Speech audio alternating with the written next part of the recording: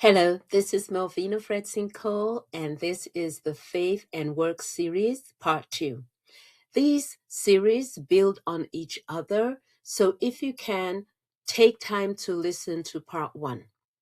We cannot speak about faith without mentioning the book of Hebrews, chapter 11, which you can find in the New Testament, and it is nicknamed the Hall of Faith. I am encouraged by the people listed in this Hall of Fame because they are not perfect. It gives me hope that even though I am not perfect, God can still work through me if I have faith. Now, the book of Hebrews, chapter 11, defines faith as the assurance of things hoped for, the conviction of things not seen. I especially love the phrase, the conviction of things not seen. We live in a physical world and relate to it through our five senses. Yet, we as human beings were both physical and spiritual.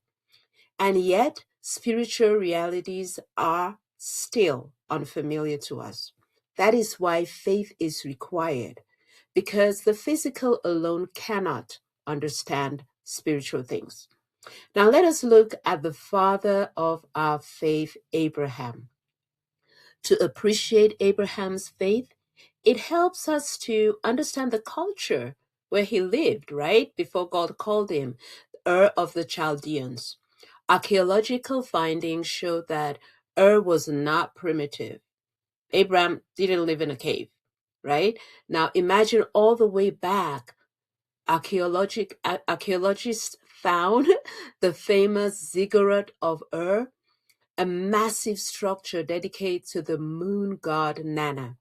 The city had planned neighborhoods, houses, financial records, and even legal system.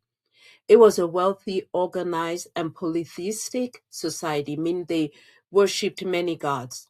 Now, this was Abraham's home when God called him to leave everything, his land, his security, his family, and follow him into the unknown to worship just him, just God. He became a nomad, right? So wandering from one place to another.